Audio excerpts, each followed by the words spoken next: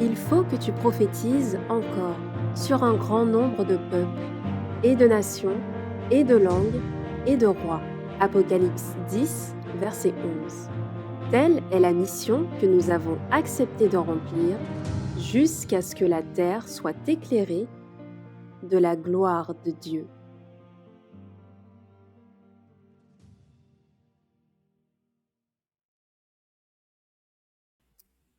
Eh bien, bonsoir à toutes et à tous et bienvenue à chacun. Et merci encore une fois de m'accueillir, car en réalité, c'est moi qui viens de loin, mais je vous souhaite la bienvenue pour l'effort que vous faites de pouvoir participer à ce séminaire. Et je voudrais vous inviter, afin de pouvoir commencer, à vous prosterner avec moi pour la prière.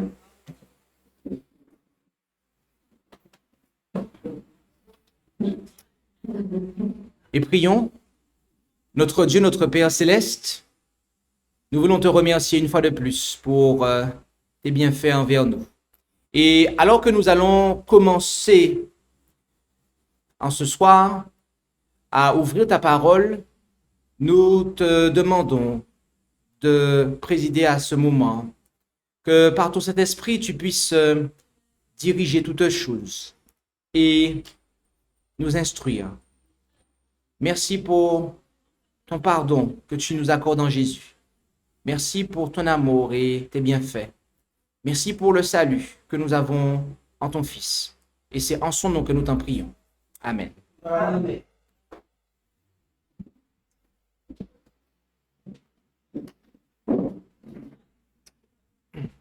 Le titre de ce séminaire est le message des trois anges que nous trouvons en Apocalypse 14 à partir du verset 6. Je disais donc Apocalypse 14 à partir du verset 6. Et dans ce message, il nous est dit qu'un autre ange volait au milieu du ciel portant l'évangile éternel. Nous avons vu que l'évangile éternel, c'est la vérité présente, la vérité pour notre temps, pour l'annoncer à ceux qui habitent sur la terre, à toute nation, tribu, langue et peuple. Que c'est un message qui concerne chacun des peuples qui sont sur cette terre, chaque individu qui sont dans ces peuples, en disant d'une voix forte, craignez Dieu. Nous avons vu qui est ce Dieu. Nous avons vu ce que signifie le fait de le craindre, c'est-à-dire de respecter sa volonté. Autrement dit, nous sommes appelés ici à lui obéir. Et on nous dit aussi de lui donner gloire. Et on continue en disant, car l'heure de son jugement est venue, et adorez celui qui a fait le ciel, la terre, la mer et les sources d'eau. Nous avons vu hier ce que signifie non seulement craindre Dieu, en terminant notre étude des 10 commandements, mais aussi le fait de l'adorer, en ce que ici on fait directement référence au sabbat du 7e jour qui est présent dans le 4e des 10 commandements.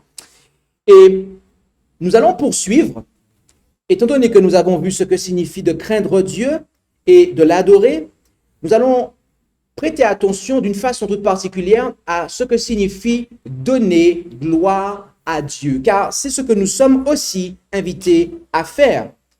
Donner lui gloire. Qu'est-ce que signifie donner gloire à Dieu? C'est la question que, au stade où nous en sommes, nous devrions nous poser. Que signifie la gloire? C'est quelque chose que nous devons savoir si nous devons le lui donner. Rendons-nous en Exode 34, au verset 29 et 30. Où allons-nous? C'est exact. Et là, il nous est dit, Exode 34, versets 29 et 30, Or, lorsque Moïse descendit de la montagne de Sinaï, les deux tables du témoignage étant dans la main de Moïse qui descendait de la montagne, Moïse ne savait point que la peau de son visage était devenue rayonnante pendant qu'il parlait avec Dieu. Mais Aaron et tous les enfants d'Israël virent Moïse et voici la peau de son visage rayonnait et ils craignirent d'approcher de lui. Que s'est-il passé à ce moment-là pour qu'il en soit ainsi pour Moïse? Eh bien, c'est qu'il descendait de la montagne. Il était en communion avec Dieu. Et alors qu'il était sur la montagne, qu'a-t-il demandé au Seigneur pour que, au final de compte, après, son visage soit rayonnant? Pour qu'au final de compte, eh bien, il reflète la gloire de Dieu. Considérons le chapitre précédent, Exode 33, le verset 18, où il déclara, et Moïse dit, je te prie, fais-moi voir ta gloire. Donc, cela fut une demande de Moïse. Moïse demanda cela. Combien parmi nous en ce soir veulent formuler cette demande? Seigneur, fais-moi voir ta gloire. Amen. Et notez quelle fut la réponse de l'Éternel au verset suivant. Exode 33, verset 19. Et l'Éternel répondit, je ferai passer toute ma bonté devant ta face et je crierai devant toi le nom de l'Éternel. Je ferai grâce à qui je ferai grâce et j'aurai compassion de qui j'aurai compassion. Donc, notez qu'est-ce que le Seigneur a répondu. Il a dit qu'il fera passer devant lui toute sa bonté. Il a parlé de sa grâce, de sa compassion. Et remarquez plus loin comment cela fut exaucé. En Exode 34, versets 6 et 7, où nous lisons, « Et l'Éternel passa devant lui et cria, l'Éternel, l'Éternel, le Dieu miséricordieux et compatissant, lent à la colère, abondant en grâce et en fidélité, qui conserve sa grâce jusqu'à 1000 générations, qui pardonne l'iniquité, le crime et le péché, mais ne tient point le coupable pour innocent, qui punit l'iniquité des pères sur les enfants et sur les enfants des enfants jusqu'à la 3e et à la 4e génération. » Amen. Après sa deuxième ascension du mont Sinaï, Moïse a reçu, bien-aimé, la révélation de la gloire, c'est-à-dire du caractère de Dieu. Or, cette révélation, comme nous pouvons le voir, et cette révélation du caractère de Dieu, nous voyons qu'il s'agit d'un caractère de miséricorde, mais aussi de justice. Dieu est un Dieu qui est juste, mais aussi miséricordieux. Nous avons un Dieu dont le caractère, eh bien, est ainsi composé de justice et de miséricorde. Et cette révélation n'est possible pour nous, pour vous et moi. Elle n'est possible que par la réception de l'esprit de celui qui a promulgué la loi de son Père depuis le haut du mont Sinaï, c'est-à-dire notre Seigneur Jésus-Christ. En effet, rendons-nous en 2 Corinthiens, chapitre 3, et lisons du verset 13 au verset 18. Où allons-nous? C'est exact. Chapitre 3, et du verset 13 jusqu'au verset 18. C'est exact. 2 Corinthiens 3, du verset 13 au verset 18, et nous lisons, « Et nous ne faisons pas comme Moïse qui mettait un voile sur son visage, afin que les enfants d'Israël ne vissent pas la fin de ceux qui devaient disparaître. Mais leurs esprits ont été endurcis jusqu'à présent, car encore aujourd'hui, ce même voile demeure sous la lecture de l'Ancien Testament, sans être levé, parce qu'il n'est ôté que par Christ. Encore aujourd'hui, quand on lit Moïse, un voile est jeté sur leur cœur.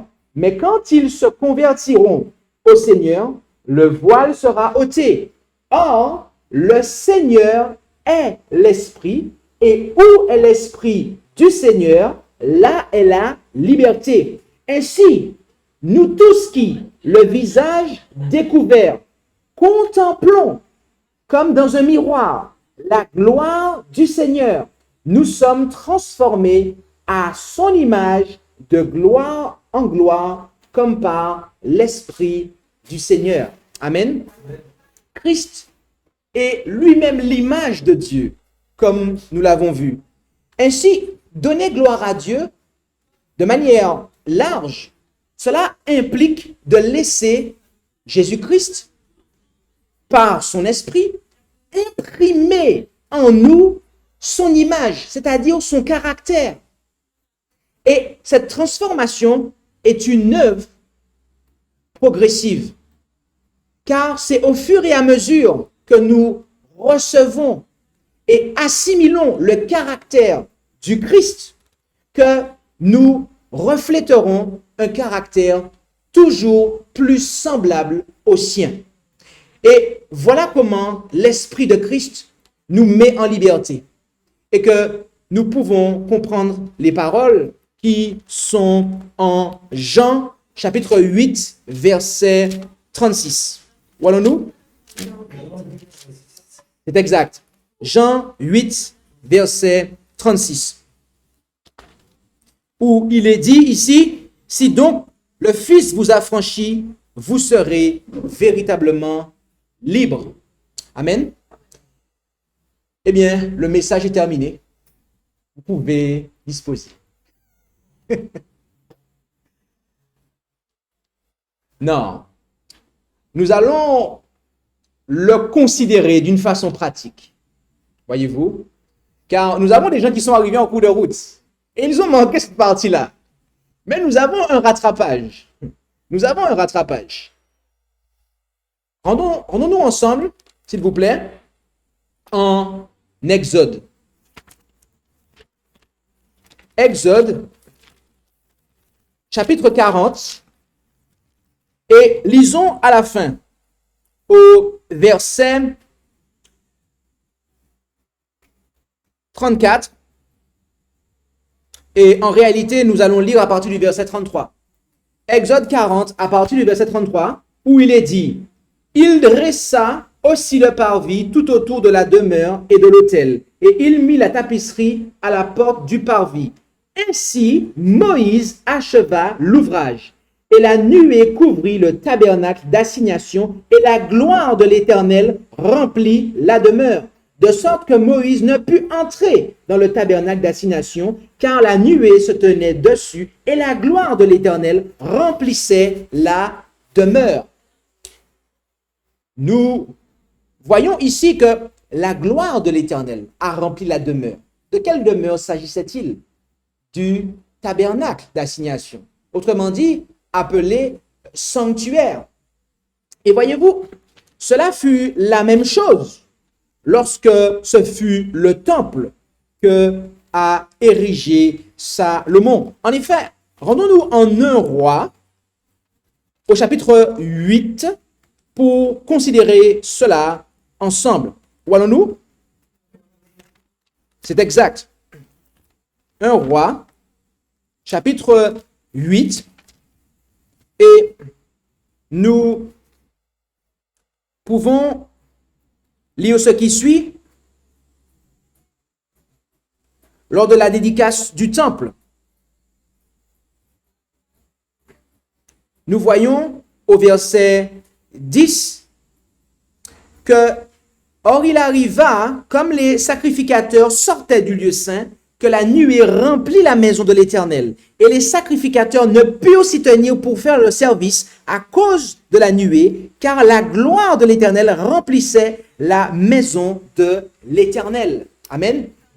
Notez que dans ces deux passages, Exode 40 et 1 Roi 8, il y a un point commun.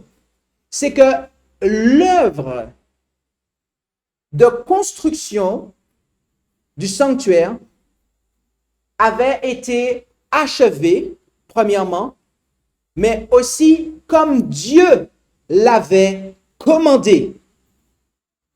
Et ce que je viens de dire là, c'est un résumé d'une lecture que je vous invite à faire. Lisez pour vous les chapitres précédents à Exode 40 jusqu'au verset qu'on a lu. Lisez pour vous-même les chapitres précédents à 1 Roi 8. Et vous allez voir que la raison pour laquelle la gloire de l'Éternel a rempli la demeure, qu'il s'agissait du tabernacle ou du temple, c'est parce que, premièrement, l'ouvrage de construction avait été terminé, mais pas seulement. L'ouvrage avait été construit comme Dieu l'avait demandé. Et bien aimé, cela est important. Cela est extrêmement important pour vous et moi, car nous avons levé la main tout à l'heure et nous avons dit que nous voulons voir la gloire de l'Éternel. Nous voulons cela. Le Seigneur a dit en Exode 25, versets 8 et 9, Exode chapitre 25, versets 8 et 9, « Et ils me feront un sanctuaire, et j'habiterai au milieu d'eux. Vous le ferez exactement semblable au modèle de la demeure et au modèle de tous ces ustensiles que je vais te montrer. » L'objectif de ce sanctuaire était que le Seigneur puisse habiter au milieu de son peuple. Et il leur avait dit qu'il devait le faire exactement comme cela leur avait été montré. Nous avons vu au début de ce séminaire que le modèle qui a été montré est le sanctuaire céleste, comme on peut le voir, et je vous le donne en référence simplement car nous l'avons déjà lu, Hébreux 8, verset 1 et 2, mais aussi en Hébreux 9, verset 11. Et nous voyons également que en Jean 2, verset 19 à 21, Jésus se réfère à son corps comme étant ce temple qui devait être érigé après 3 jours. Et lorsque nous considérons 1 Corinthiens 3, versets 16 et 17, nous apprenons que cela ne concerne pas que le temple physique qui était sur terre, aussi bien que le corps de Jésus, mais que cela nous concerne, nous également. 1 Corinthiens 3, versets 16 et 17. 1 Corinthiens 3, versets 16 et 17, où il est dit, « Ne savez-vous pas que vous êtes le temple de Dieu et que l'Esprit de Dieu habite en vous ?» Notez bien cela. Nous avons vu que tout à l'heure que c'est l'Esprit, en fait, de Jésus, lorsque nous le recevons, qui imprime en nous le caractère de Jésus. Or, ici, l'inspiration, Paul, eh bien, nous dit que nous sommes le temple de Dieu. Et il dit, si quelqu'un détruit le temple de Dieu, Dieu le détruira, car le temple de Dieu est saint et vous êtes ce temple. Ainsi, si nous faisons l'application, pour que la gloire de l'Éternel puisse être manifestée en nous, autrement dit, pour que nous puissions lui donner gloire, eh bien, l'ouvrage doit être achevé. Mais pas que, exactement comme le Seigneur a dit qu'il doit être achevé, de façon à ce que la gloire de l'Éternel, le caractère de Dieu, soit manifesté en nous. Ainsi, arrivé à ce stade, vous devez sans doute commencer à comprendre que nous allons étudier le sanctuaire. L'étude dont je vous avais parlé précédemment, je ne sais pas si je l'ai dit en public ou en privé, mais qui dure 1 heure, car nous avons déjà étudié, j'ai déjà eu l'occasion de donner quelques 109 études du sanctuaire, très détaillées, mais nous allons ici parcourir le sanctuaire de façon synthétique. En Jean 10, verset 9, Jésus déclare, « Je suis la porte. Si quelqu'un entre par moi, il sera sauvé. Il entrera et sortira et trouvera de la pâture. » Nous lisons ce verset car la première chose que il y a, lorsqu'on voyait le sanctuaire, c'était la porte d'entrée qui donnait sur le parvis. Jésus est cette porte. Nul ne vient au Père que par lui. Et nous lisons également en Romains 8, verset 3, que la chose suivante. Romains 8, verset 3. Romains 8, verset 3. Car ce qui est impossible à la loi, parce qu'elle était affaiblie par la chair, Dieu l'a fait en envoyant son propre Fils dans une chair semblable à celle du péché. Et pour le péché, il a condamné le péché dans la chair. Ici, nous faisons une révision de ce que nous avons vu précédemment, car ce texte, nous l'avons déjà lu. Mais il est bien de le rappeler, pour notamment ceux qui nous rejoignent, que Jésus a revêtu exactement la nature humaine que nous avons, c'est-à-dire celle d'Adam après le péché et non avant le péché. Ainsi, il a remporté la victoire sur le péché dans notre nature. Et cette victoire nous est possible. Et donc, il est à la porte. Il est venu jusqu'à nous avec notre nature. Lorsqu'il était sur terre, c'était notre nature qu'il avait. Il était lui-même environné de faiblesse, comme on peut le voir en Hébreux 5, verset 2. Et voyez-vous, cette porte, Jésus nous dit qu'elle est étroite. En effet, en Matthieu 7, versets 13 et 14, « Entrez par la porte étroite, car large est la porte, et spacieuse est la voie qui mène à la perdition, et il y en a beaucoup qui y entrent. Car étroite est la porte, et resserrée la voie qui mène à la vie, et il y en a peu qui la trouvent. » Oh oui, pour aller au sanctuaire, il y avait une porte. On ne pouvait pas rentrer par n'importe quel endroit, il n'y avait qu'une seule porte. Et les fardeaux desquels on se chargeait, on devait les déposer pour passer au travers de cette porte.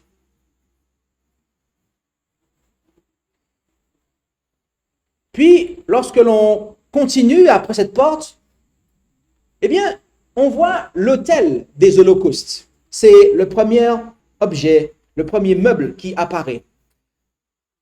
Jean a eu l'occasion de dire, ce texte que vous connaissez tous, en Jean 1, verset 29, « Voici l'agneau de Dieu qui ôte le péché du monde. » Jésus-Christ est l'agneau de Dieu qui ôte le péché du monde. Dieu a tant aimé le monde qu'il a donné son Fils unique engendré afin que quiconque croit en lui ne périsse point, mais qu'il ait la vie éternelle. Et quel rapport maintenant cela a-t-il à voir avec nous? Eh bien, c'est que nous aussi, comme Jésus, de la même façon que Jésus a vécu une vie parfaite dans notre nature et qu'il l'a fait ainsi jusqu'au bout, jusqu'à ce qu'il monte sur la croix en tant qu'agneau de Dieu qui ôte le péché du monde. Il a été ainsi crucifié. Il a, pour être crucifié, renoncé à lui-même. De même, moi aussi, je dois renoncer à moi-même. Je dois être crucifié avec Christ, autrement dit. Galates 2, verset 20. Galates 2, verset 20. Je suis crucifié avec Christ. Et si je vis, ce n'est plus moi, mais c'est Christ qui vit en moi. Et si je vis encore dans la chair, je vis dans la foi au Fils de Dieu qui m'a aimé et qui s'est donné lui-même pour moi. Romains 12, verset 1. Je vous exhorte donc, frères, par les compassions de Dieu, à offrir vos corps en sacrifice vivant, saint, agréable à Dieu. C'est votre culte raisonnable. Mon corps, je dois l'offrir de manière vivante. Jésus a dû effectivement être en sacrifice. Il a dû mourir littéralement pour nous. Mais Dieu ne nous demande pas de nous sacrifier littéralement, mais d'offrir nos corps en vie, avec toutes les facultés que ce corps a, son organisme vivant, de l'offrir à Dieu comme sacrifice vivant, saint, agréable. C'est là lui rendre un culte raisonnable. Si tout notre être n'est pas consacré à Dieu, nous ne pouvons pas dire que nous allons lui rendre un culte raisonnable. Non. Puis, juste après l'autel des holocaustes, qu'est-ce que l'on apercevait? Le savez-vous? La cuve d'airain. Après l'autel des holocaustes, il y avait la cuve d'airain. Et qu'est-ce que cela représente? En 1 Corinthiens 15, verset 17, nous lisons, en 1 Corinthiens 15, verset 17, « Et si Christ n'est point ressuscité, votre foi est vaine, et vous êtes encore dans vos péchés. » Après la mort, Jésus devait ressusciter. Et donc, logiquement parlant, cette étape de la cuve d'airain représente la résurrection de Jésus. Et nul n'est besoin de faire de conjectures, puisque Romains 6, verset 3 à 6 nous le dit très clairement. Romains 6, 3 à 6 nous dit, « Ne savez-vous pas que vous tous qui avez été baptisés en Jésus-Christ, nous avons été baptisés en sa mort. Nous avons été ensevelis avec lui par le baptême en sa mort, afin que comme Christ est ressuscité des morts par la gloire du Père, de même nous marchions, nous aussi, dans une vie nouvelle. Car si nous avons été faits une même plante avec lui, par la conformité à sa mort, nous le serons aussi à sa résurrection, sachant que notre vieil homme a été crucifié avec lui, afin que le corps du péché soit détruit et que nous ne soyons plus asservis au péché. Amen. Comme nous l'avons vu, je crois que c'était hier, eh bien il n'y a pas besoin de sanctifier le dimanche en guise de commémoration de la résurrection de Jésus, puisque le baptême est là pour cela, en fait. Et donc, nous comprenons qu'il nous convient de pouvoir, eh bien, vivre cela. En acte 22, verset 16, acte 22, verset 16, nous pouvons lire, « Et maintenant, que tardes-tu? Lève-toi, sois baptisé et lavé de tes péchés en invoquant le nom du Seigneur. » Le baptême symbolise, eh bien, le fait que nous soyons lavés de nos péchés. Cette eau, eh bien, symbolisait, lorsqu'elle était appliquée sur celui qui arrivait à la cuve d'airain, le fait qu'il soit lavé de ses péchés. Et nous pouvons lire en Hébreux 10, verset 22, la partie qui, en fin de compte, doit être lavée du péché. Car bien que c'est physiquement parlant que l'eau est appliquée, voyons voir en Hébreux 10, verset 22, en finalité, qu'est-ce qui doit être lavé du péché? Hébreux 10, verset 22 nous dit, « Approchons-nous avec un cœur sincère, dans une pleine certitude de foi, ayant les cœurs purifiés des souillures d'une mauvaise conscience et le corps lavé d'une eau pure. » Notez qu'en finalité, ce qui doit être lavé, eh bien, c'est notre conscience. Elle doit être lavée des œuvres mortes. L'expiation a sa finalité. L'objet de l'expiation est, en fin de compte, notre cœur, notre conscience. Les péchés dont nous sommes conscients que nous avons commis, eh bien, c'est cela que Dieu veut purifier. C'est cela qu'il veut effacer, cette culpabilité que nous avons. Et nous lisons aussi en Romains 4, versets 24 et 25, Romains 4, versets 24 et 25, ce qui suit. « Mais c'est aussi pour nous à qui cela sera aussi imputé, pour nous qui croyons en celui qui a ressuscité des morts, Jésus notre Seigneur, lequel a été livré pour nos offenses et qui est ressuscité pour notre justification. » Dès lors, nous sommes justifiés. Amen. Nous sommes justifiés, oui. Nos péchés ne nous sont plus imputés. Instantanément, nous avons confessé nos péchés. Oui, lorsque nous étions à la cuve d'airain, Jésus-Christ était l'agneau de Dieu qui ôte le péché du monde. Nous avons confessé nos péchés à Jésus. Et étant, je reprends, j'ai dit une erreur, lorsque nous étions à l'autel des holocaustes, nous avons confessé nos péchés sur l'agneau de Dieu qui ôte le péché du monde. Et nous sommes ensuite allés à la cuve des reins, nous prenons le baptême et dès lors, nous sommes véritablement justifiés. Donc, le parvis, ce qu'il faut retenir de tout cela, c'est que le parvis représente l'œuvre de justification. D'accord?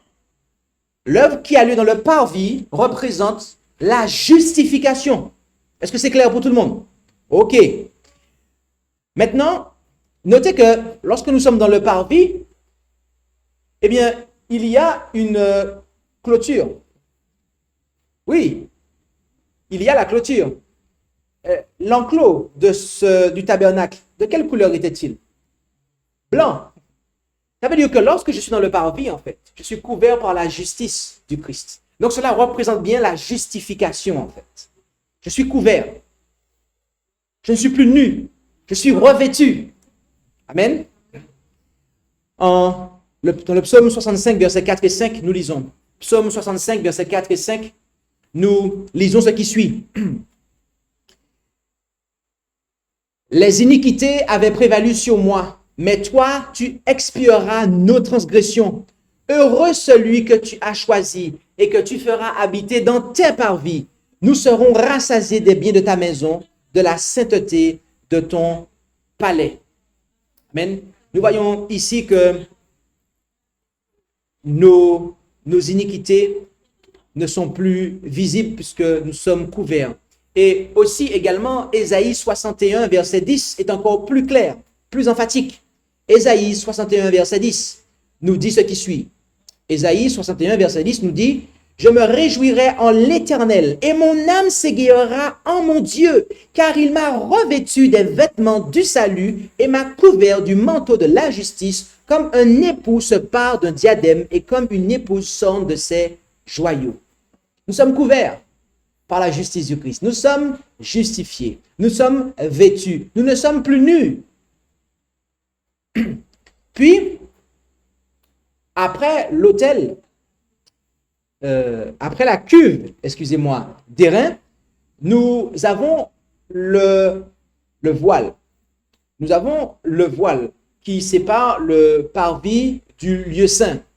Et à ce propos, nous lisons en Hébreux 10, versets 19 et 20, et je vous ferai la lecture en Hébreux 10, versets 19 et 20.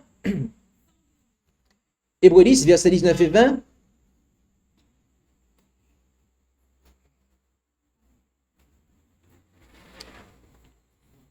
Ayant donc, frères, une pleine liberté pour entrer dans les lieux saints par le sang de Jésus, par le chemin nouveau et vivant qu'il nous a consacré à travers le voile, c'est-à-dire sa chair.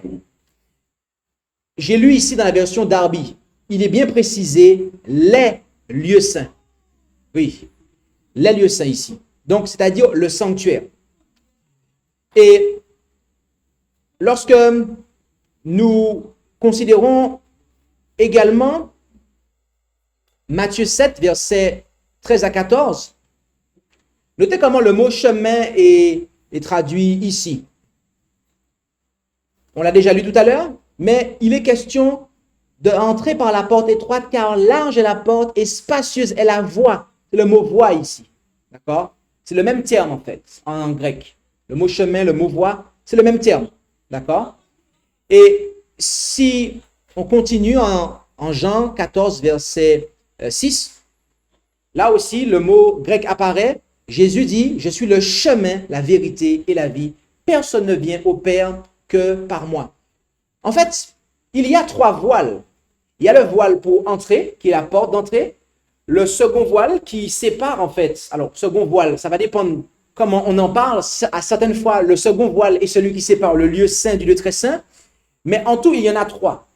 Celui qui permet d'entrer dans le parvis, celui qui sépare le parvis du lieu saint et celui qui sépare le lieu saint du lieu très saint. Et tous ces voiles, ils représentent en fait le Christ, comme à chaque étape d'ailleurs. Cela représente le Christ, mais cela nous représente aussi, mais spécifiquement parlant, la porte, le voile, a pour signification la nature humaine. C'est-à-dire que toutes les étapes nous les vivons dans cette nature humaine, la même. Je précise cela, car, voyez-vous, si la justification est dans le parvis, vous vous doutez certainement que la sanctification va être dans le lieu saint, va avoir lieu dans le sanctuaire, dans les appartements. Je précise cela, voyez-vous, car certaines personnes pensent qu'il n'est pas possible de vivre la sainteté dans cette nature. Mais nous voyons que nous devons franchir encore le voile. Donc, nous continuons cette œuvre dans la nature que nous avons, en fait. Et ce jusqu'après dans le lieu très saint. Donc, tout le plan du salut, autrement dit, il est possible de donner gloire à Dieu, d'être complètement sauvé dans cette nature humaine que nous avons.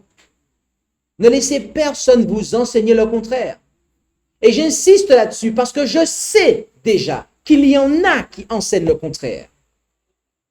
Et que tôt ou tard, cette doctrine va arriver au Gabon comme d'autres doctrines.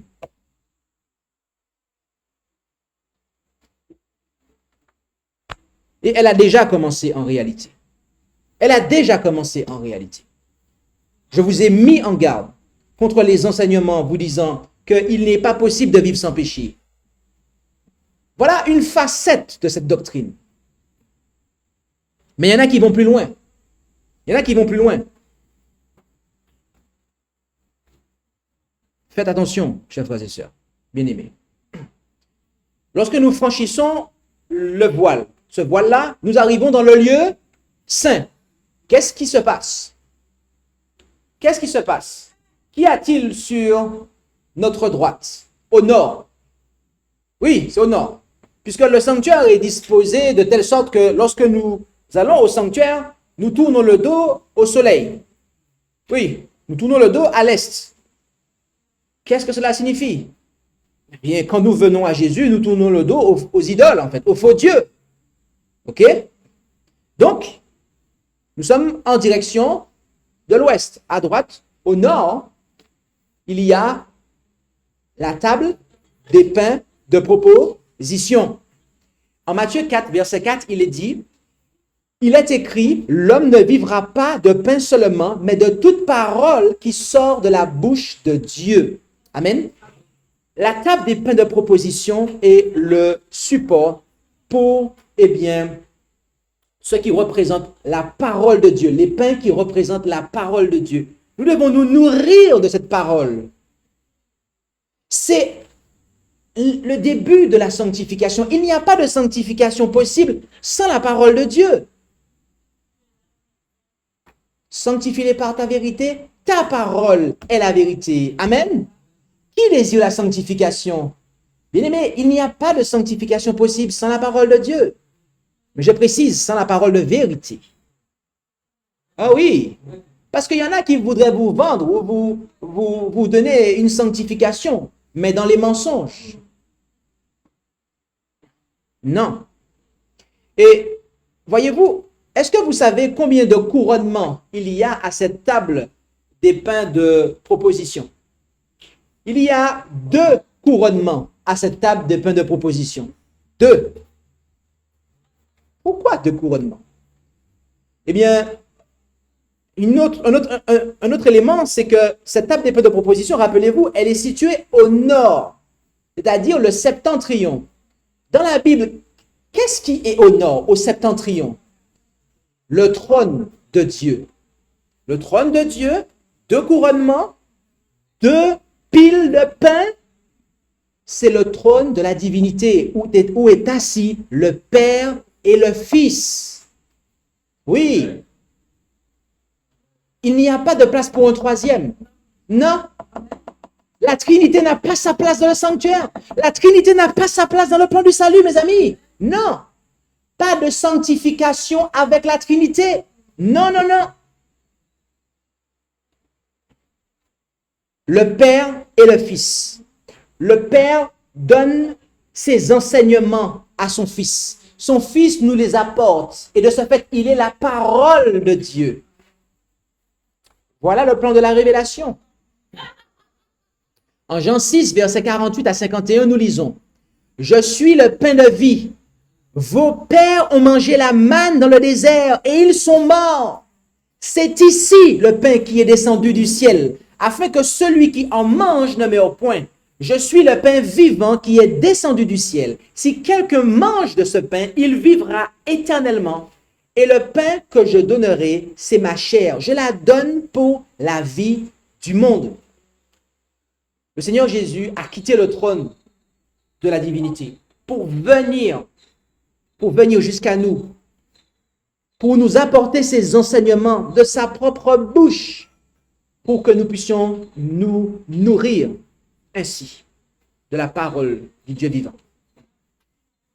En Jean 6, verset 63, nous lisons, Jean 6, verset 63, c'est l'esprit qui vivifie, la chair ne sert de rien. Les paroles que je vous ai dites sont esprit et vie.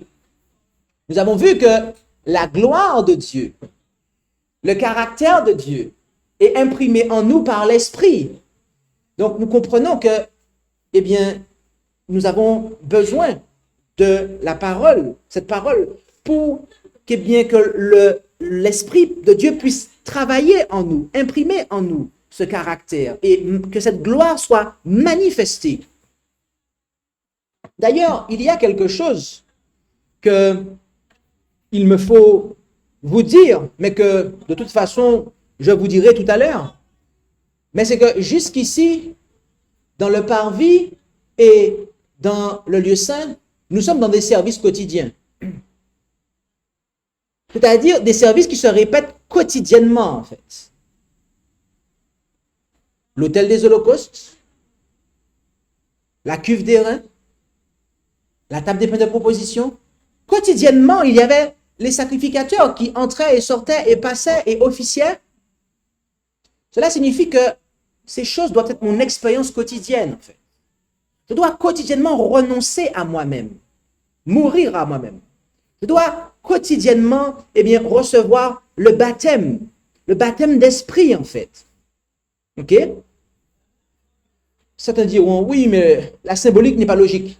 Puisque si on doit être baptisé, normalement, on devrait être baptisé tous les jours. Sauf que, lorsque Aaron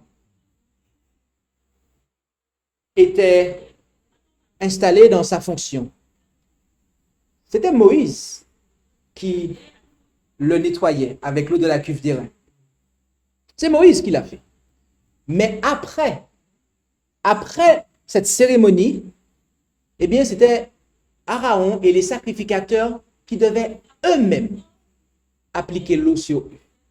Cela montre que lorsque nous commençons à ce niveau-là, effectivement, il y a besoin d'un serviteur pour nous plonger dans l'eau, pour nous initier à cela. Mais après, tous les jours, nous devons nous-mêmes rechercher le baptême du Saint-Esprit. Et nous devons tous les jours nous nourrir de la parole de Dieu. Et donc, gardez cela à l'esprit. Ensuite, face à la table des pains de proposition, j'allais dire au trône, il y a le chandelier à 7 branches sur lesquelles il y avait les 7 lampes. En Apocalypse 4, verset 5, on nous dit, Apocalypse 4, verset 5, il nous est dit, « Et du trône sortaient des éclairs, des tonnerres et des voix, et devant le trône brûlaient 7 lampes ardentes qui sont les 7 esprits de Dieu. » Amen. Nous voyons devant le trône de Dieu, il y a le chandelier. L'esprit de Dieu, d'accord? La plénitude, puisque c'est le chandelier à 7 branches. La plénitude de l'esprit de Dieu, eh bien, est ici. Et si nous regardons plus loin, nous voyons que cela est répandu vers toute la terre. Qu'est-ce que cela signifie? Dans le psaume 119, verset 105, nous lisons. Psaume 119, verset 105, et vous devez connaître ce passage normalement. Ta parole est une lampe à mon pied et une lumière sur mon sentier. Amen. La parole de Dieu nous éclaire. Jésus-Christ est celui qui nous éclaire. Cela montre que c'est véritablement l'esprit de Jésus, en fait, qui est manifesté dans sa plénitude à cet endroit. Nous avons un chemin à parcourir. Et pour cela, nous ne pouvons pas marcher dans les ténèbres. Nous avons donc besoin de la parole de Dieu. Mais qu'est-ce que le texte dit ici? Ta parole est une lampe à mon pied. Êtes-vous sûr? Pourquoi le mot n'est pas au pluriel? Pourquoi n'est-il pas écrit ta parole est une lampe à mes pieds? Ça devrait être logique. On a 2 pieds normalement, non? Quand on est de façon normale, quand on n'en est pas avec des déficiences, on a 2 pieds. Pourquoi?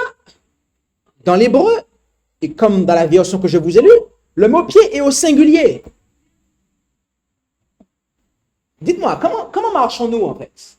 Nous marchons un pas à la fois, n'est-ce pas? Eh bien, cela signifie que chaque pas que nous faisons dans cette vie, nous devons rechercher le conseil de la parole de Dieu.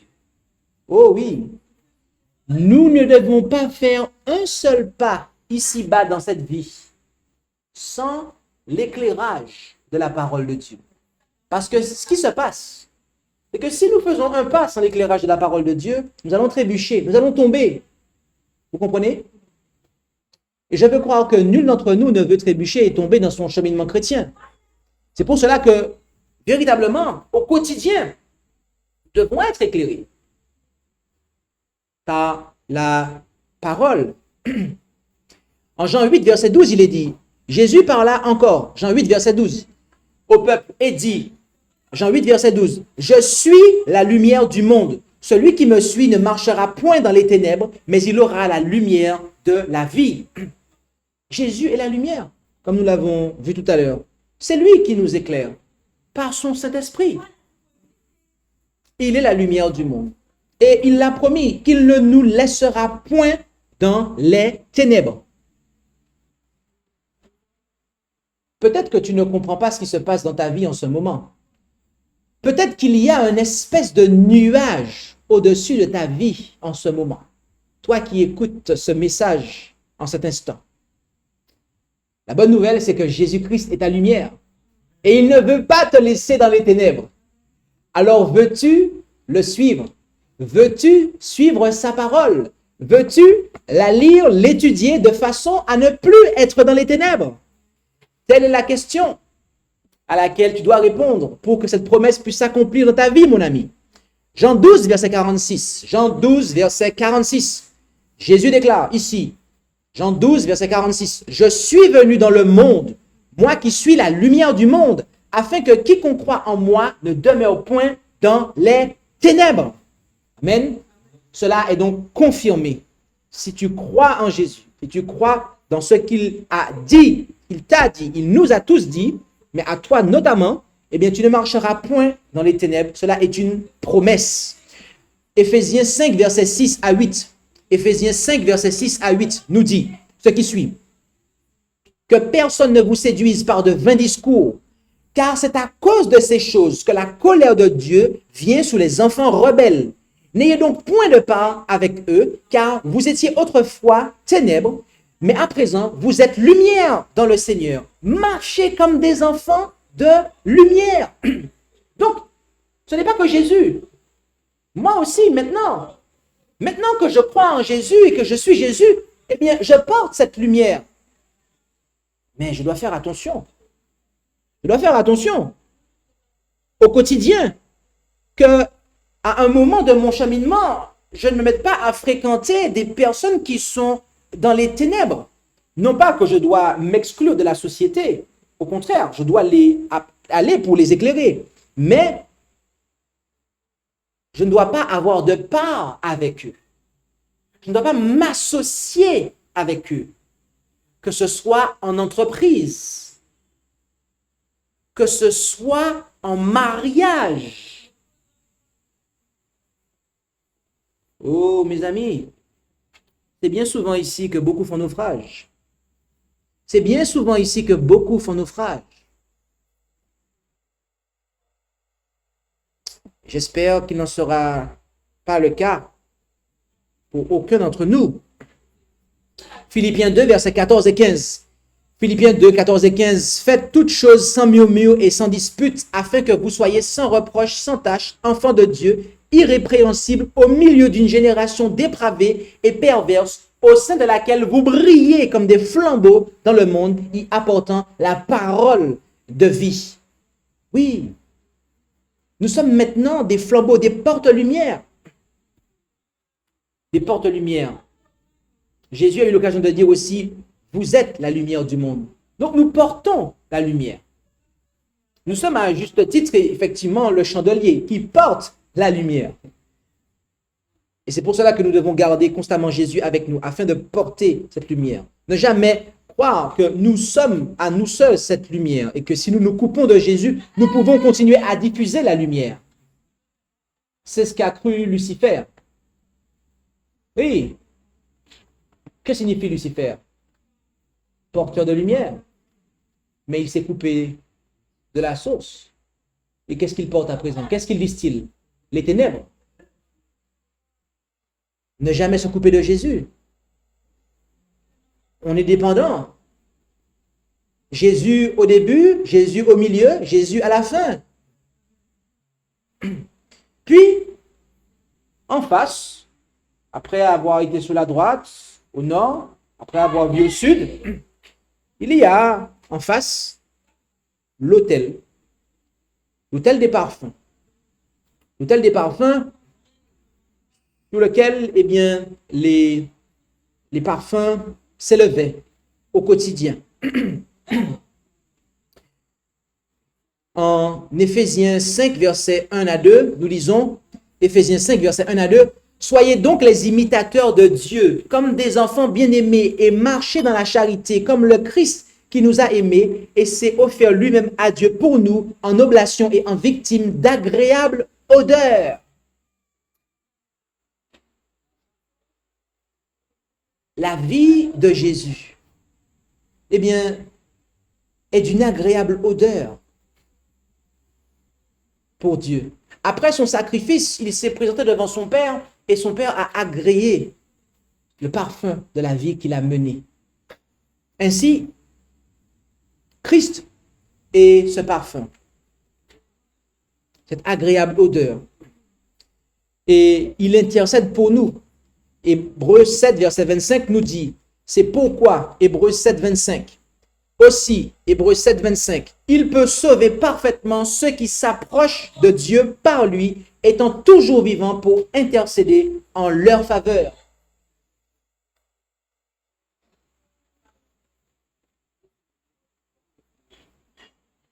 Le parfum de ses mérites, eh bien, s'élèvera pour nous, en notre faveur. Et c'est cela qui rendra nos prières acceptables aux yeux pour Dieu. Apocalypse 8, versets 3 et 4 nous le dit. Apocalypse 8, 3 et 4, il nous est dit, et il vint un autre ange. Lequel? Qui est-ce? C'est le Christ. Oui, oui. Et Christ est un ange. Non pas un ange littéral, mais un ange ici de fonction. Car un ange, voyez-vous, c'est un messager. Parfois, une fois dans les épîtres, Jésus-Christ est qualifié d'apôtre. Ici, il est le messager, en fait. Ici, le mot ange est à prendre, non pas littéral, mais du point de vue de la fonction. Il est le messager, la parole de Dieu. Et donc, il vint un autre ange qui se tint près de l'autel, ayant un encensoir d'or. Et on lui donna beaucoup de parfums pour les offrir avec les prières de tous les saints sur l'autel d'or qui est devant le trône. Et la fumée des parfums monta avec les prières des saints. D'accord? Elle monta de la main de l'ange devant Dieu. Donc, Jésus offre nos prières à Dieu, mêlées des parfums de sa justice, ce que Dieu agrée. C'est pour cela que nous prions au nom de Jésus. C'est pour cela que nous prions au nom de Jésus. Et à ce moment-là, lorsque nos prières s'élèvent ainsi, eh bien, s'accomplit le psaume 141, verset 2. Pour nous aussi, psaume 141, verset 2 nous dit, psaume 141, verset 2, que ma prière vienne devant toi comme le parfum et l'élévation de mes mains comme l'oblation du soir. Oui, à ce moment-là, Dieu agrée nos prières. Oui, il agrée nos prières.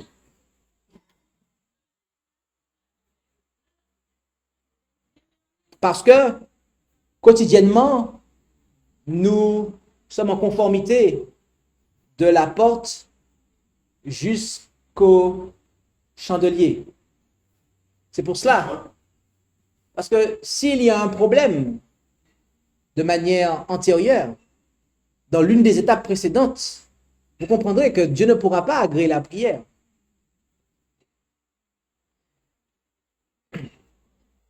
1 Thessaloniciens 5, verset 17 dit « Priez sans cesse ». Oui, priez sans cesse. Il me faut avoir l'esprit de prière. Avoir cette science, bien que je travaille, bien que je cuisine, bien que je fasse le ménage, mais être dans un esprit de prière. Mais aussi, l'autel des parfums, eh bien, il y avait de manière nationale, le parfum était offert le matin et le soir. Cela représente le culte que nous devons avoir, matin et soir. Nous devons, eh bien, nous présenter devant Dieu. Le culte personnel, le culte de famille. D'ailleurs, il y a quelque chose que je n'ai pas spécifiquement précisé tout à l'heure par rapport à la manne. Mais saviez-vous à quel moment elle tombait? Elle tombait très tôt le matin. Et lorsque le soleil se levait, elle commençait à pourrir en fait. Donc, à quel moment est le plus propice pour l'étude de la Bible? Le matin. C'est le matin. Oh oui, avant de commencer la journée, de manière à être nourri. Ensuite, nous avons le voile. Comme nous l'avons expliqué tout à l'heure, eh bien, cela encore représente toujours la chair du Christ. Et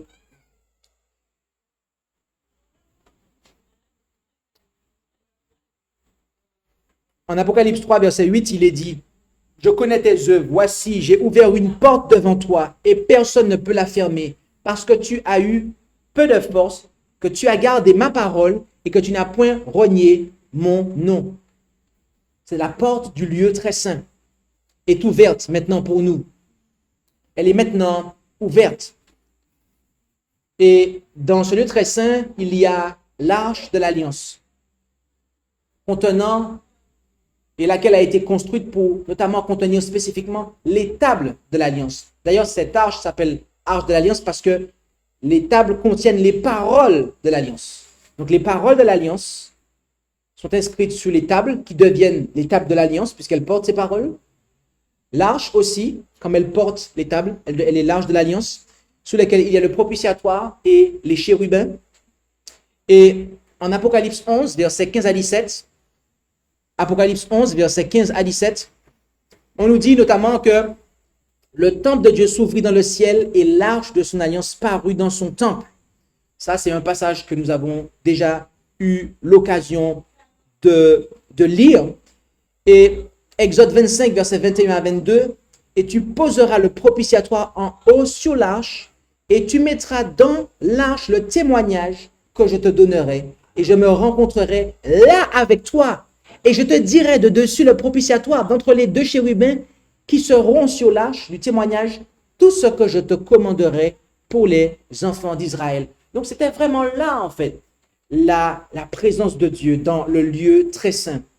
C'est là qu'il se présentait, c'est là qu'il communiquait. Entre les deux chérubins, sous le haut du propitiatoire, en dessous, il y avait la loi de Dieu. La loi de Dieu que nous avons vue, qui est toujours valable, les 10 commandements, qui sont le fondement même de son trône, en fait, dans le lieu très saint.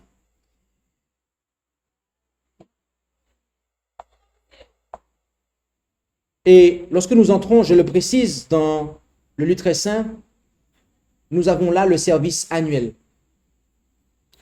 Autrement dit, pour que le processus de la manifestation de la gloire de Dieu puisse avoir lieu, nous devons véritablement au quotidien vivre les expériences les choses qu'il y a dans le service quotidien du sanctuaire terrestre, de l'autel des holocaustes jusqu'à l'autel des parfums, eh bien, il est important, fondamental, essentiel de les vivre. En Jérémie 31, versets 31 à 34, nous lisons: Voici les jours viennent, dit l'Éternel, que je traiterai une nouvelle alliance avec la maison d'Israël et avec la maison de Juda. Non comme l'alliance que je traitais avec leur père au jour où je les pris par la main pour les faire sortir du pays d'Égypte, alliance qu'ils ont violée, et toutefois j'avais été pour eux un époux, dit l'Éternel. Mais c'est ici l'alliance que je traiterai avec la maison d'Israël. Après ces jours-là, dit l'Éternel, je mettrai ma loi au-dedans d'eux, et je l'écrirai dans leur cœur, et je serai leur Dieu, et ils seront mon peuple. Chacun d'eux n'enseignera plus son prochain, ni chacun son frère, en disant: connaissez l'Éternel, car ils me connaîtront tous, depuis le plus petit d'entre eux jusqu'au plus grand, dit l'Éternel. Car je pardonnerai leur iniquité, et je ne me souviendrai plus de leurs péchés. Dieu veut que cette loi qu'il a écrite de son propre doigt sur les tables de pierre, il souhaite pouvoir l'écrire sur nos cœurs par son esprit. Et cela, si au quotidien, nous vivons les expériences que nous avons vues jusqu'ici. Hébreux 9, verset 14, encore une fois: combien plus le sang de Christ qui, par l'Esprit éternel, s'est offert à Dieu lui-même sans tache, purifiera-t-il votre conscience des œuvres mortes, afin que vous serviez le Dieu vivant. Oui, dès lors, notre conscience est purifiée des œuvres mortes. Dès lors, elle est purifiée des œuvres mortes. Et il y a un aspect que nous allons réserver pour la prochaine présentation. Mais arrivé ici, nous pouvons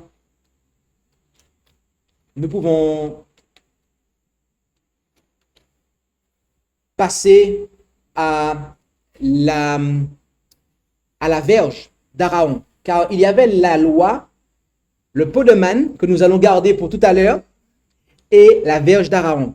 En ce qui concerne la verge d'Aaron qui avait fleuri, il nous est dit que en Jean 15, verset 16, ce n'est pas vous qui m'avez choisi, mais c'est moi qui vous ai choisi et qui vous ai établi afin que vous alliez et que vous portiez du fruit et que votre fruit soit permanent et que ce que vous demanderez au Père en mon nom, il vous le donne.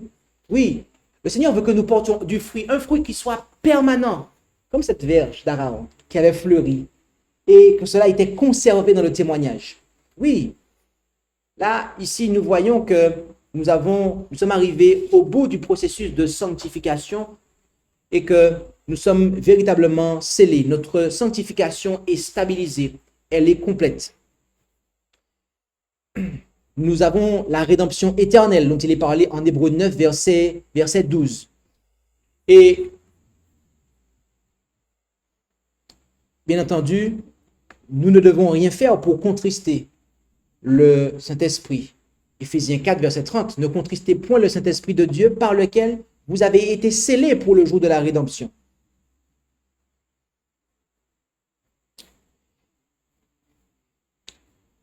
En conclusion, 1 Corinthiens 1, verset 30, or, 1 Corinthiens 1, verset 30, c'est par lui, 1 Corinthiens 1, verset 30, que vous êtes en Jésus-Christ, qui nous a été fait de la part de Dieu sagesse, justice, sanctification et rédemption. Voilà, bien-aimés. Lorsque nous allons, achever l'œuvre, mais aussi l'achever comme Dieu a commandé qu'elle soit achevée, alors la gloire de l'Éternel pourra remplir la demeure, le sanctuaire, notre âme tout entière. Et ainsi, nous pourrons donner le grand cri. Et permettez-moi de faire une jonction. une première jonction avec Apocalypse 18, où il est dit, « Après cela, je vis descendre du ciel un autre ange qui avait un grand pouvoir, autrement dit, une grande autorité, et la terre fut éclairée de sa gloire. » Voilà le grand cri. C'est la manifestation de la gloire de Dieu parmi son peuple, la manifestation de son caractère d'amour. Combien, en ce soir, veulent donner gloire à Dieu? Combien, en ce soir, veulent que le travail en eux soit achevé? Combien, en ce soir, veulent que le travail soit achevé comme Dieu a demandé qu'il soit achevé? Prions.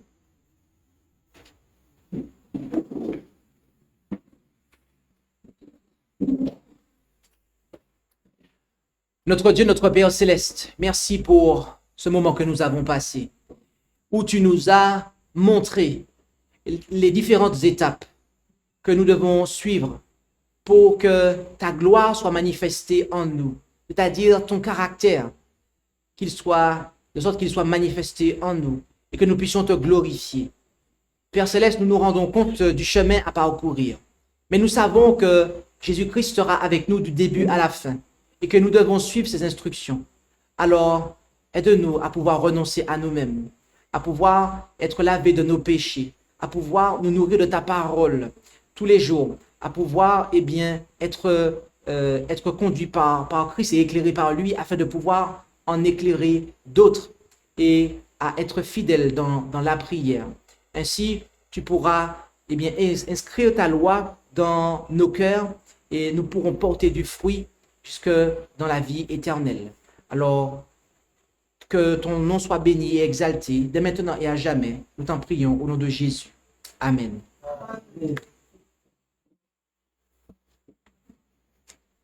Amen. Est-ce que vous avez des questions par rapport à la présentation?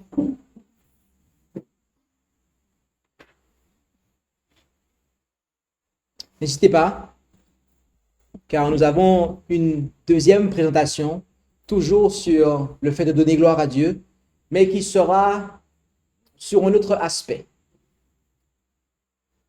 Et donc, avant de passer à cet autre aspect, nous voulons savoir si vous avez des questions sur ce premier aspect. Oui? Bonsoir. Oui.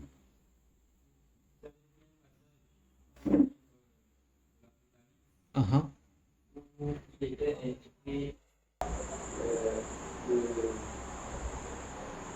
Dieu s'était manifesté à travers ces sept esprits. Donc, ça m'a paru assez mystérieux. Pourquoi on dit que Dieu a cet esprit? Ok, merci pour la question. Le livre de l'Apocalypse est un livre de quelle nature? Prophétique, n'est-ce pas? Et qui dit livre prophétique dit code. Et on a besoin de décoder. Ici, le chiffre 7 représente la plénitude. D'accord? À différents endroits, nous pouvons le voir, mais simplement parlant, avec la Genèse, Dieu a complété son œuvre entière le 7e jour. D'accord? Donc, le 7e jour est venu mettre le saut final, d'accord, à tout cela. Non pas qu'il ait créé le 7e jour, attention, mais que c'est après qu'il a expérimenté le sabbat, qu'il l'a institué, et ainsi, on a pu avoir une semaine complète qui pouvait être répétée. Donc, le chiffre 7 est le chiffre de la plénitude. Et donc, ainsi, les 7 esprits représentent la plénitude de l'esprit de Dieu, tout simplement. Je ne sais pas si ça a pu satisfaire la question.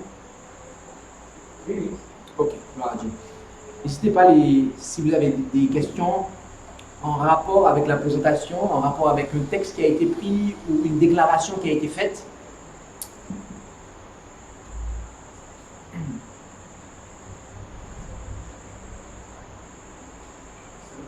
Oui.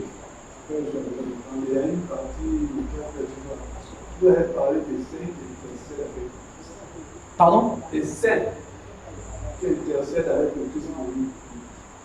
Les saints qui intercèdent avec le Christ? Oui. Ouais. Qui sont ces saints? Ok. Alors, le texte, en tout cas,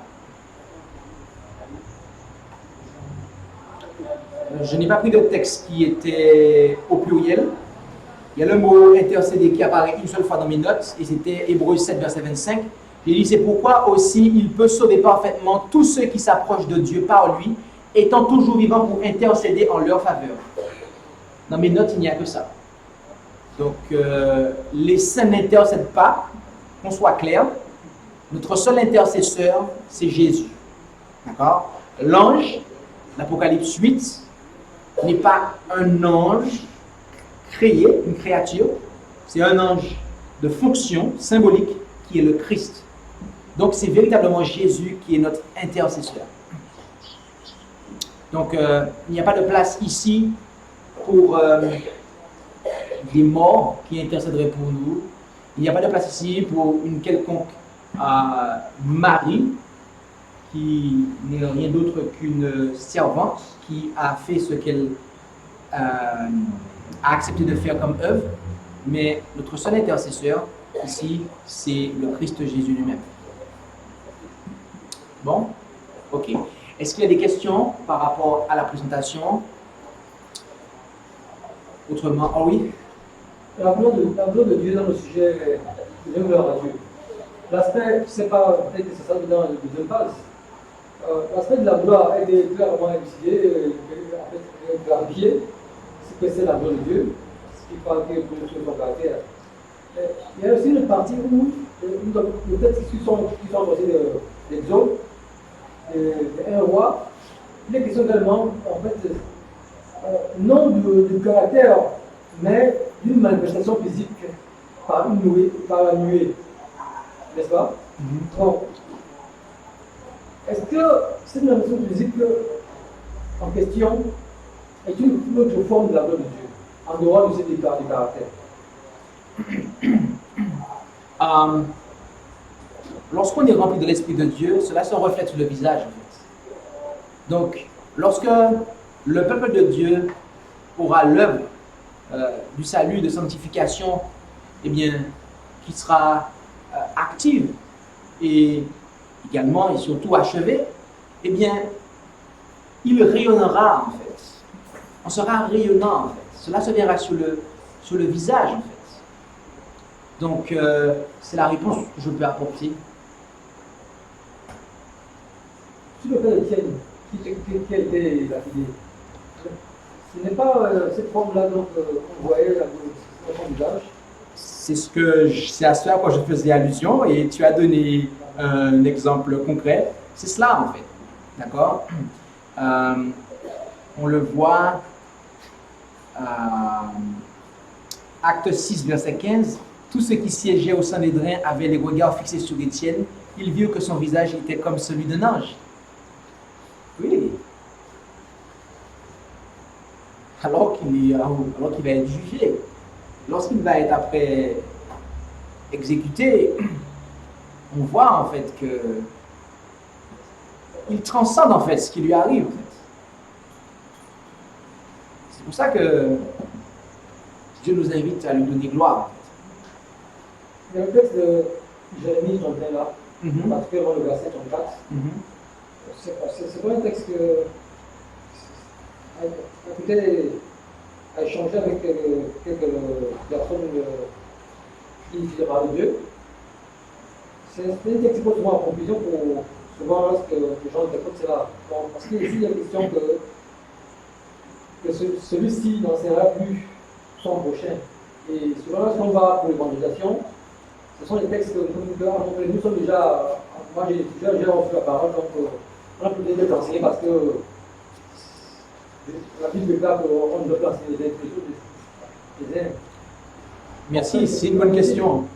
J'ai pensé à le clarifier pendant la présentation, Mais je me suis dit, si à chaque fois je clarifie je ne vais pas m'en sortir. Mais c'est bien. Le texte dit, celui-ci n'enseignera plus son prochain, ni celui-là son frère, en disant, connaissez l'Éternel, car tous me connaîtront. Donc tous me connaîtront. Donc tout le monde connaîtra qui est Dieu. D'accord. Est-ce qu'aujourd'hui tout le monde connaît qui est Dieu? Non. Non. En plus, depuis le plus petit jusqu'au plus grand, dit l'Éternel, car je pardonnerai leur iniquité et je ne me souviendrai plus de leurs péchés. Est-ce que les personnes qui vivent dans le péché ou qui sont répréhensibles, à la lumière de ce que j'ai souligné là, notamment en dernier lieu, je parle de leur péché, je ne me souviendrai plus de leur péché, est-ce que ces personnes-là peuvent dire à juste titre, c'est pas la peine de m'enseigner en fait?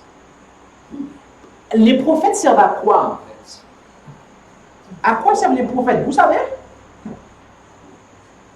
À quoi servent les prophètes?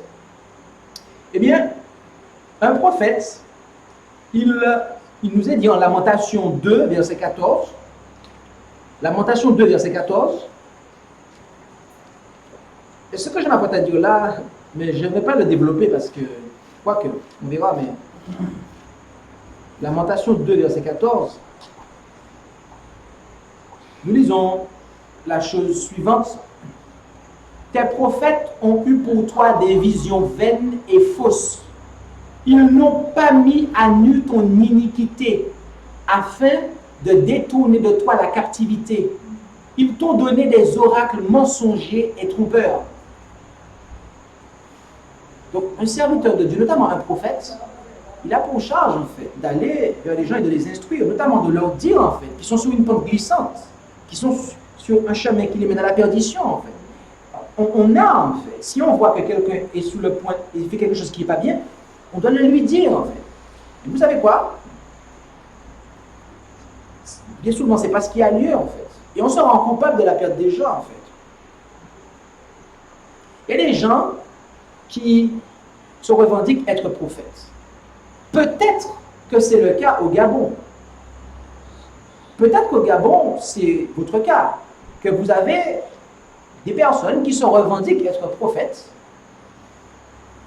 et qui, alors même que dans leur assemblée, en fait, il y a du péché, de l'interdit, il y a des choses qui se font qui ne devraient pas se faire, eh bien, ces prophètes-là laissent faire. Ils ne disent rien. Ils ferment les yeux. Ils ferment la bouche. Je n'ai pas vu. Je n'ai pas entendu. Je ne veux rien dire.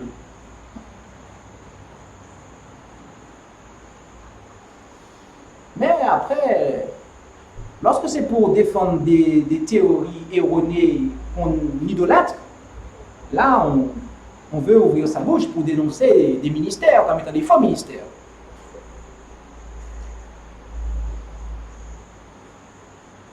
Vous les reconnaîtrez à leurs fruits. Donc ces gens-là ont besoin qu'on les enseigne. Ces gens-là, les autres, tous ceux qui ne sont pas dans la vérité, ils ne peuvent pas dire en fait, pas besoin de m'enseigner en fait. Non, ils ont besoin d'enseigner en fait. Dieu envoie un message en fait. Pour tous ceux qui ne craignent pas Dieu, pour tous ceux qui ne lui donnent pas gloire, pour tous ceux qui ne l'adorent pas, en fait, ils sont concernés. Et s'ils bouchent leur oreille au message, ils périront, en fait. Ils périront. Mais les proclamateurs du message auront fait leur travail, en fait.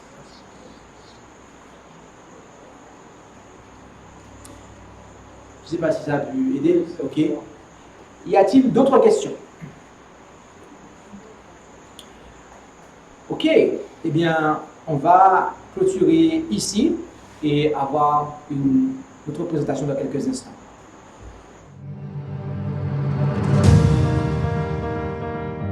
Merci d'avoir écouté cette présentation. Si vous souhaitez prendre part à la mission que Jésus-Christ confia à notre Église, contactez-nous via les coordonnées présentes sur la page à propos de notre chaîne YouTube.